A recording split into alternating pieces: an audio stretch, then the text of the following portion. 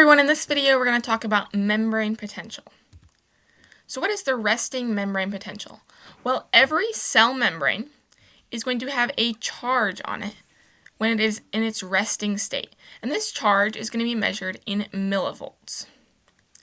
This charge is going to be caused by the difference in ions on each side of the membrane. So right up next to the membrane, we're going to have a difference in the charge. That's going to be called the membrane potential.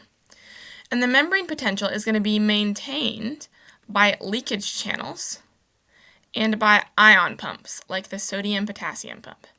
So let's say here we have our cell membrane. This is the outside, the extracellular fluid, and here's the intracellular fluid. We're going to have more sodium ions in the extracellular fluid, more potassium ions in the intracellular fluid, and we're going to have leaky channels. And these leaky channels, they're going to let sodium travel down its concentration gradient into the cell. They're going to let potassium travel down its concentration gradient out of the cell. But we're also going to have our sodium-potassium pumps. And these pumps, these are going to use active transport, so they're going to require ATP, and they're going to be moving the ions up the concentration gradient.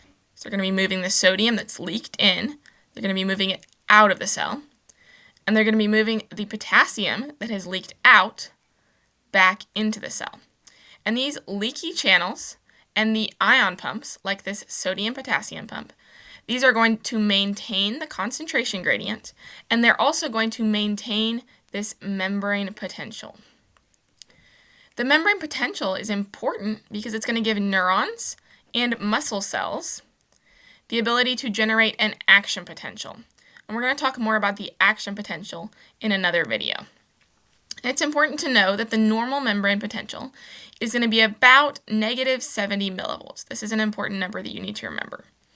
And it's not exactly negative 70 millivolts for each cell. It's going to vary, but this is the number you're going to see most often. And this is the number that we're going to use in our calculations when we're talking about action potential.